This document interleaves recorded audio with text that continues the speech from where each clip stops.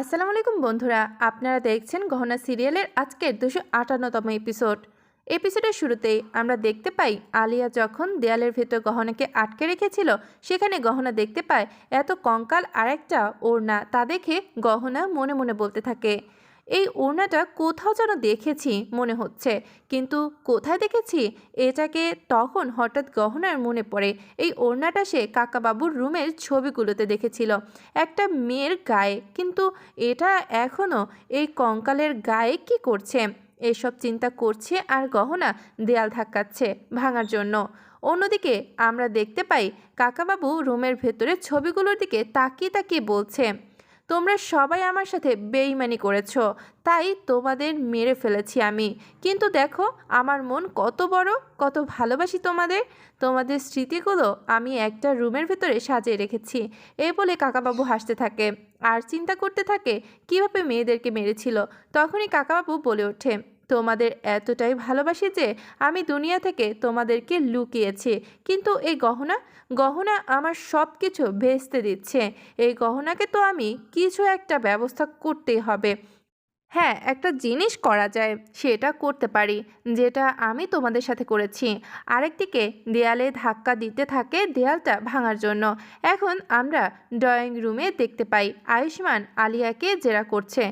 তখন আলিয়া বলে, দেখো আয়ুষ্মান, আমি গহনার সাথে কিছুই করিনি। তখন আয়ুষ্মান বলে, আমার পুরো বিশ্বাস আছে যে তুমি গহনাকে সাথে কিছু একটা করেছো।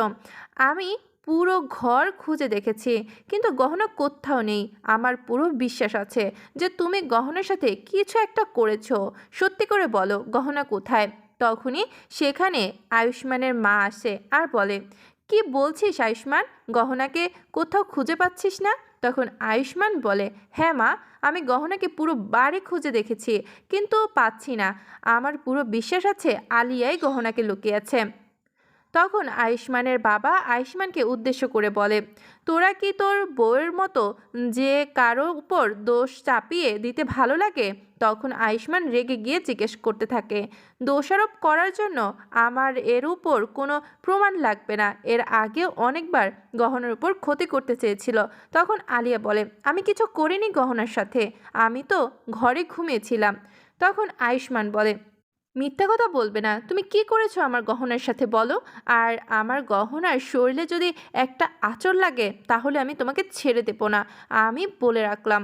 তখন সবাই আয়ুষ্মানকে শান্ত করার চেষ্টা করতে থাকে। তখন কাকাবাবু বলে, আমার মনে হয় আয়ুষ্মান পুরো বাড়িতে ভালো করে খুঁজে দেখেনি। আমরা সবাই বাড়িতে খুঁজে দেখি, হয়তোবা গহনা বাড়িতে কোথাও আছে। তখন সবাই গহনাকে খোঁজার জন্য চলে যায়। আয়ুষ্মান যখন গহনাকে খুঁজছিল তখন হঠাৎ কারো চিল্লানোর আওয়াজ আসে।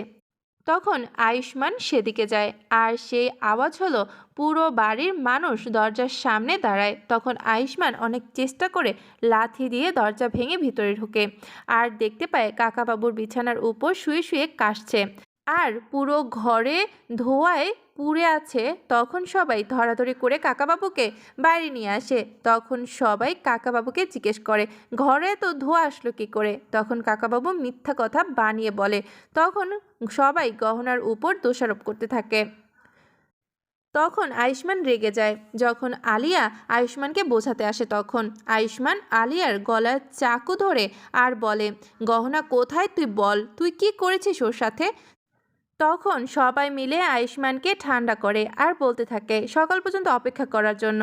তখনই আমরা আগামী পর্বে দেখতে পাই সবাই যখন মেহেদির অনুষ্ঠানে আনন্দ করছিল তখন আয়ুষ্মান এক জায়গায় দাঁড়িয়ে গহনার কথা চিন্তা করছিল আর আরেকদিকে গহনা অনেক চেষ্টা করে দেয়াল ভেঙে বাইরে বের হয় আর মনে মনে বলতে থাকে, মাতা রানী অনেক অনেক ধন্যবাদ, আপনি আমার সাহায্য করেছেন, আপনি আমার উপর দোয়া রাখেন আমি যাতে কাকা বাবুর সত্যিটা সবার সামনে আনতে পারি। তখন গহনা হাঁটতে হাঁটতে ড্রয়িং রুমে সবার সামনে যায়।